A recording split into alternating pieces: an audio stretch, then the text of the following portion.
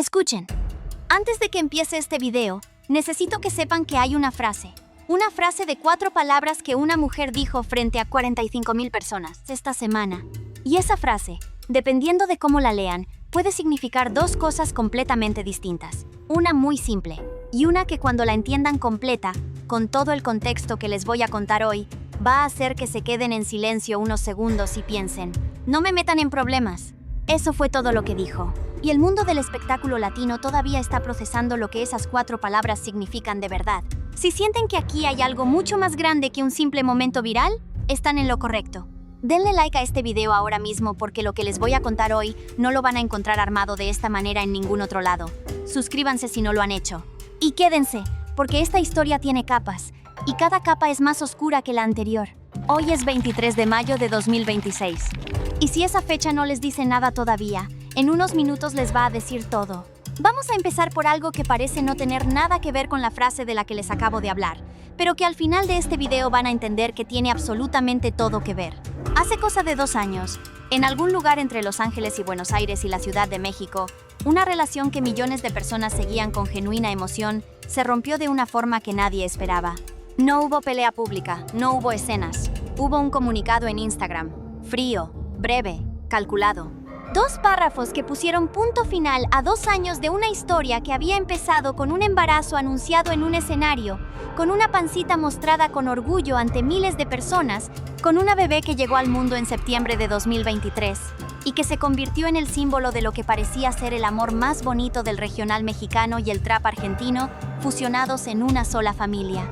Inti, así se llama la bebé. Y ese nombre, en este momento de la historia, importa más de lo que cualquiera imagina. Pero no voy a contarles eso todavía. Primero necesito que entiendan algo sobre el tipo de silencio que existe en esta historia. Porque no todos los silencios son iguales. Hay silencios que duelen, hay silencios que protegen. Y hay silencios que son en realidad la jugada más inteligente que alguien puede hacer en una batalla que no se pelea en los medios sino en los tribunales. ¿Cuál de esos 3 es el silencio que los protagonistas de esta historia han estado guardando? Eso es exactamente lo que vamos a descifrar hoy. Pero antes de llegar ahí necesito que entiendan el escenario. Necesito que visualicen la escena, porque sin la imagen completa, la frase de 4 palabras que les dije al principio suena a cortesía. Y les aseguro que no es cortesía. Es otra cosa completamente distinta. Cuando una artista llega a México a presentarse en uno de los festivales más importantes del año, lo hace con meses de preparación detrás, con un setlist pensado canción por canción, con una narrativa construida para ese público específico, con un equipo legal, un equipo de prensa y un equipo de imagen que revisa cada detalle de lo que se va a decir, lo que se va a cantar y lo que bajo ninguna circunstancia se puede mencionar. ¿Por qué ese último detalle? ¿Por qué habría una lista de cosas que no se pueden mencionar en un concierto? Eso es una pregunta que parece obvia, pero la respuesta no lo es. Y aquí les voy a soltar la primera puntada. Días antes de subirse a ese escenario, la artista de la que les estoy hablando le dijo a los medios de comunicación mexicanos, frente a cámaras, con una claridad que no dejaba espacio para la interpretación: no tengo permitido hablar de ninguna de esas cuestiones. Ahora legalmente no lo puedo hacer. Legalmente, no lo puede hacer. ¿Qué clase de situación legal obliga a una persona a no poder hablar en público de ciertos temas? ¿Qué proceso jurídico le pone una mordaza a alguien que, por lo demás, sube a escenarios de 45,000 personas y canta lo que quiere? Eso lo vamos a explicar en detalle. Pero todavía no, porque antes de llegar a esa parte, quiero que entiendan algo sobre lo que ocurrió ese sábado por la noche en el Autódromo Hermanos Rodríguez. Algo que los medios están contando como un momento viral divertido, un momento de show, una anécdota del festival, y que en realidad fue, si se lee bien, la declaración pública más poderosa que esa mujer ha hecho en 2 años. El Festival Tecate Emblema 2026 cerró con más de 91,000 personas en 2 días. 2 días. En la Ciudad de México. Bajo la lluvia del sábado por la noche, 45,000 personas, mojadas hasta los huesos esperando a una artista argentina que hace 2 años muchos en México ni siquiera conocían de nombre. ¿Cómo llegó ahí? ¿Cómo pasa alguien de ser el personaje secundario triste de una historia de amor muy pública a llenar el Autódromo Hermanos Rodríguez con 45,000 personas que la esperan bajo la lluvia? Eso también lo vamos a contar. Y es parte fundamental de entender por qué lo que dijo esa noche pesa tanto. Pero antes de llegar ahí, quédense con este dato. 2 años. Exactamente 2 años llevan los protagonistas de esta historia navegando un conflicto que empezó como un escándalo romántico y que se fue convirtiendo, capa por capa, en algo mucho más serio. Algo que ya no tiene que ver con el amor ni con el desamor. Algo que tiene que ver con el dinero, con los tribunales, con una niña pequeña y con una decisión que un juez en algún momento va a tener que tomar. Y hay una cosa que muy poca gente está viendo en todo esto. Hay un movimiento que ocurrió esta semana, silencioso, casi imperceptible para quien no está prestando atención, que cambia completamente el peso de esta historia. Un movimiento que no ocurrió en un escenario, ni en una entrevista, ni en un comunicado de Instagram. Ocurrió en un congreso. ¿En cuál? Todavía no les digo. Lo que sí les voy a decir ahora es que esta historia tiene 3 capas, y la mayoría de la gente solo está viendo la primera, la más superficial, la más fácil. La del chisme, la del drama, la del viral de TikTok con millones de vistas. La segunda capa ya es más oscura. Tiene que ver con lo que está pasando realmente entre estas dos personas fuera de los reflectores, con lo que los abogados están peleando, con lo que los jueces están revisando, con lo que una bebé de 2 años no sabe todavía qué hay en su nombre. Y la tercera capa, la más profunda, la que prácticamente nadie está contando, es la que convierte esta historia de farándula en algo que va a quedar en los libros. No en los libros de chismes, en los libros de derecho. Pero vamos despacio, porque para llegar ahí necesitan entender de dónde venimos.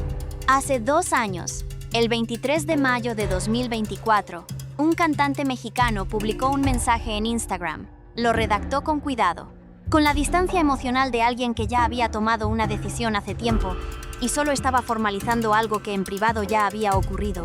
El mensaje decía que él y su pareja, la madre de su hija de 8 meses, habían decidido tomar caminos separados, que el amor y el respeto seguían intactos, que su hija sería siempre lo primero. Minutos después, ella republicó ese mensaje y añadió sus propias palabras. Los artistas somos una pantalla de lo que sucede en la vida real. Ustedes transitan con nosotros el amor, el desamor, los aciertos y los errores. Todo sana, todo sana.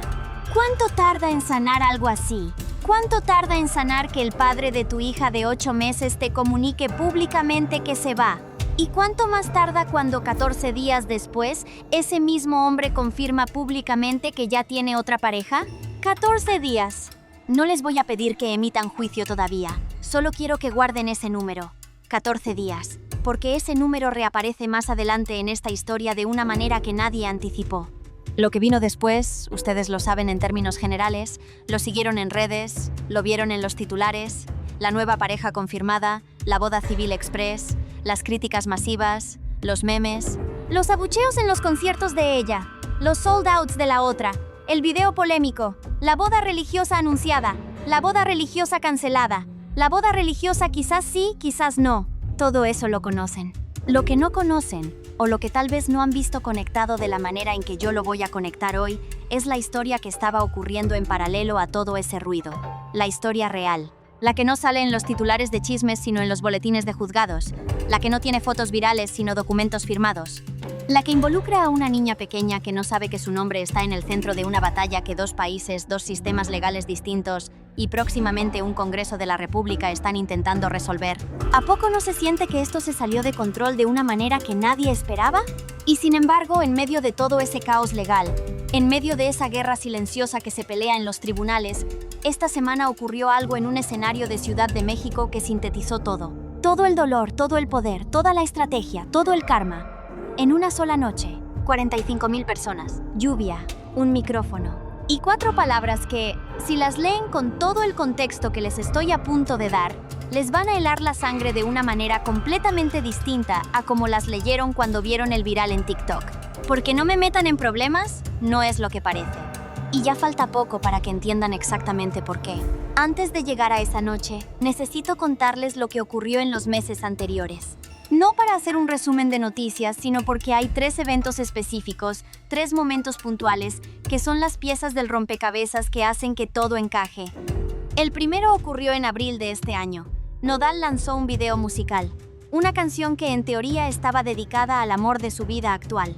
Una canción con un vals elegante, con imágenes románticas, con toda la estética de un hombre que quiere demostrarle al mundo que está bien, que está enamorado, que su historia es bonita. Pero eligió a una modelo. Y esa modelo, cuando aparece en pantalla, produce en quien la ve una sensación muy particular.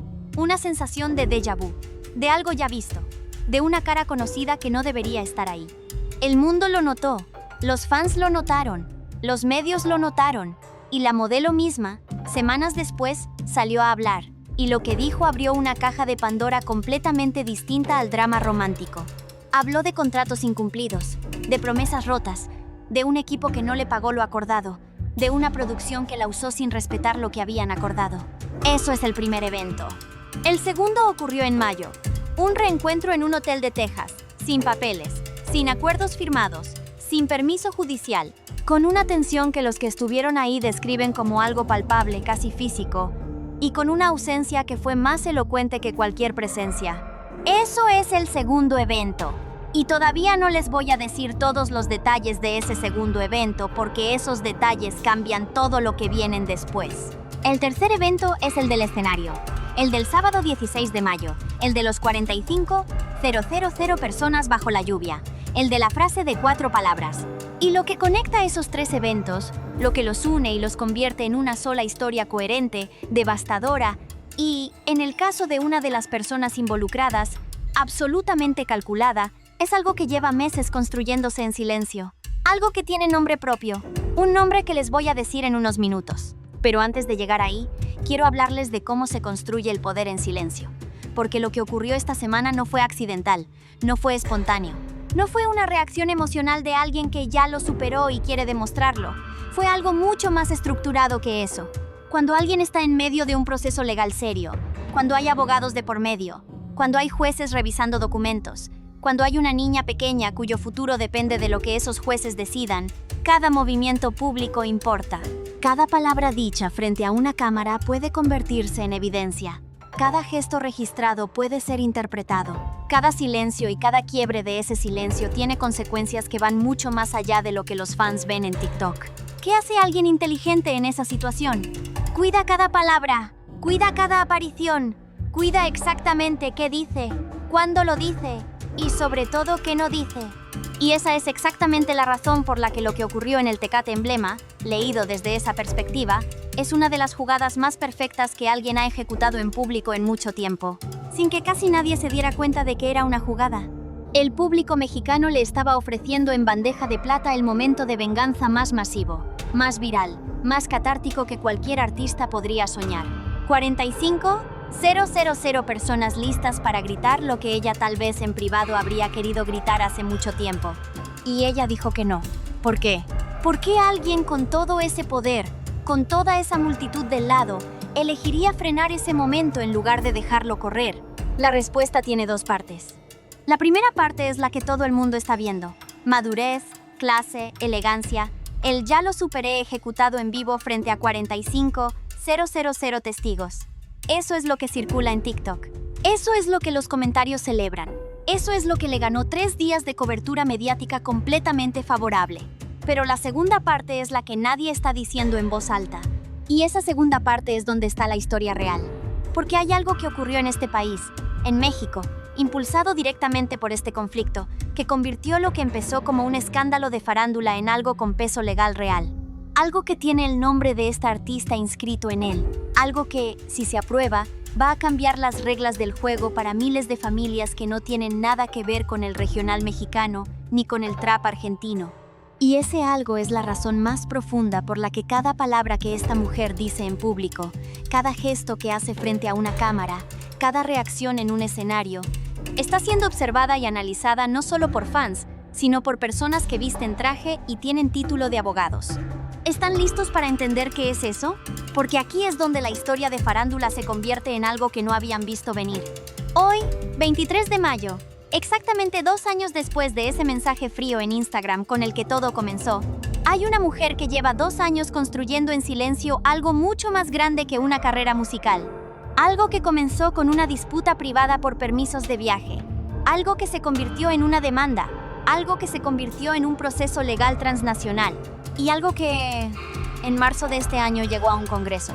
El Congreso del Estado de Michoacán, México. Y ahí, una diputada llamada Sandra Arreola Ruiz presentó una iniciativa de ley. Una iniciativa que lleva el nombre de la artista de la que les hemos estado hablando todo este video. Se llama la Ley Kazoo. Y lo que propone esa ley, el problema específico que intenta resolver, Y la razón por la que el conflicto entre Kazu y Nodal inspiró directamente esa iniciativa legislativa es lo que vamos a detallar ahora. Porque esto es lo que transforma todo el relato. Esto es lo que hace que No me metan en problemas no sea cortesía, ni elegancia, ni superación personal. Es que si Kazu decía una sola palabra equivocada en ese escenario frente a 45,000 personas, si se dejaba llevar, si aplaudía cuando el público insultaba, si hacía el más mínimo gesto que sus abogados no le hubieran autorizado, todo lo que ha construido en los juzgados durante 2 años podría haberse derrumbado en 5 segundos. Porque para entender la ley Kazu, hay que entender primero qué le estaban haciendo a ella. Durante más de 1 año, Kazu no pudo salir libremente de Argentina con su hija Inti. No porque un juez se lo prohibiera a ella, sino porque el padre de la niña, que según los reportes no había cumplido sus responsabilidades de manutención ni de convivencia de manera regular, tenía el poder legal de vetar ese permiso de viaje. En Argentina y en México, para que un menor salga del país con uno de sus padres, el otro padre tiene que firmar una autorización. Es una norma que existe para proteger a los menores de secuestros parentales. Una norma con sentido cuando ambos padres están presentes y activos en la vida del hijo, pero que se convierte en una herramienta de control, en una forma de violencia muy específica que los juristas llaman violencia vicaria, cuando el padre que tiene que firmar es el mismo padre que no paga la pensión, que no visita al hijo de manera regular, que no estuvo presente pero que sí veta. Eso es lo que Kazu denunció, eso es lo que vivió. Y eso es lo que la tiene en un proceso legal activo que le prohíbe hablar públicamente de ciertos temas, porque cualquier declaración podría afectar el resultado de ese proceso. Pero mientras guarda ese silencio obligado, mientras cuida cada palabra en cada micrófono de cada entrevista, hay una diputada en Michoacán que no tiene esa restricción. Y esa diputada tomó el caso de Kazu, lo llevó al Congreso y propuso reformar nada menos que el artículo 4 de la Constitución mexicana para que ninguna madre, ningún padre que cuida de verdad a su hijo, vuelva a quedar paralizado porque el otro progenitor, el ausente, el que no cumple, tiene el poder de firmar o no firmar. La iniciativa ya fue turnada a comisiones para su proceso de aprobación. Y Kazu, cuando los medios le preguntaron por esa ley que lleva su nombre, respondió con la misma inteligencia que ha demostrado en todo este proceso. Me pone feliz que para algunos yo represente cosas buenas. Nada más, nada menos, sin mencionar a Nodal, sin hacer declaraciones que pudieran usarse en su contra en los juzgados. Solo, me pone feliz representar cosas buenas. 4 palabras en el escenario, 5 palabras frente a los medios, y 2 años de un silencio construido ladrillo por ladrillo que está a punto de convertirse en legislación. Mientras tanto, hoy, 23 de mayo de 2026, Nodal no tiene fecha de boda religiosa. Tiene una demanda activa. Tiene el nombre de su ex convertido en una ley que describe, sin nombrarlo, exactamente el tipo de comportamiento que se le atribuye. Tiene 45,000 personas que la noche del 16 de mayo gritaron su nombre en el concierto de Kazu sin que ella se los pidiera. Y tiene la imagen de una puerta de hotel en Houston que no se abrió. 2 años después de ese mensaje en Instagram, el karma, cuando llega, no llega gritando. Llega en forma de ley aprobada en un congreso con el nombre de la mujer a quien dejaste sola con una bebé de 8 meses. Y ustedes, díganme en los comentarios, después de todo lo que acaban de escuchar, después de entender qué significaba realmente ese "no me metan en problemas", ¿siguen creyendo que fue un gesto de cortesía? ¿O ven lo mismo que yo veo? La jugada más fría, más inteligente, más perfectamente ejecutada de toda esta historia?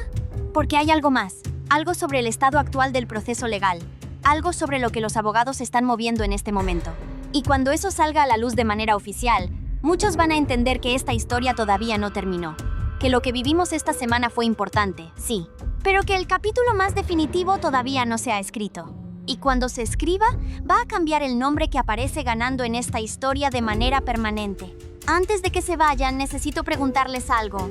Después de todo lo que acaban de escuchar hoy, después de entender lo que significa realmente esa frase de 4 palabras, después de saber que el nombre de esta mujer está escrito en una ley que puede cambiar la vida de miles de familias en México, ¿ustedes creen que Nodal sabía lo que estaba construyendo en su contra cuando firmó ese comunicado hace exactamente 2 años?